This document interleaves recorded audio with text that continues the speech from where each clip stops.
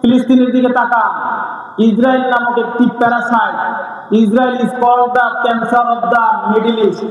ইসরায়েলকে মধ্যপ্রাচ্যের ক্যান্সার বলা হয়। এটা কোনো রাষ্ট্র না, এটা হচ্ছে প্যারাসাইট, উপজীবী, অন্যের উপর ভর করে চলে। তারা আজকে প্রতিনিয়ত তারা ধর্ষণ, গণহত্যা, বাচ্চাদেরকে নির্মমভাবে হত্যা করতেছে এবং এই নিহত লাশগুলাকে হিংস্র কুকুর দিয়ে খাওয়াচ্ছে। বায়ু দুস্থ বুজুর্গ, দেখুন আজকে কি কঠিন পরিস্থিতি।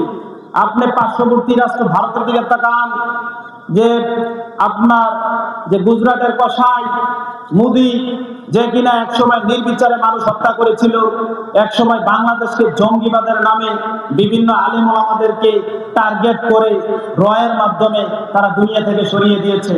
এখনো তারা পায়তারা করতেছে আমাদের এই বাংলাদেশের আলেম সমাজকে কিভাবে দমন করা যায়, কিভাবে তাদেরকে নমনীয় করা যায়, তাদেরকে ক্ষতি করা যায়, সেই কঠিন ষড়যন্ত্র চলতেছে। আল্লাহ সুবহানাহু ওয়া তাআলা আমাদের সাথে আছেন। আশা করি আর সময় তার আর এই সুযোগ আসবে না।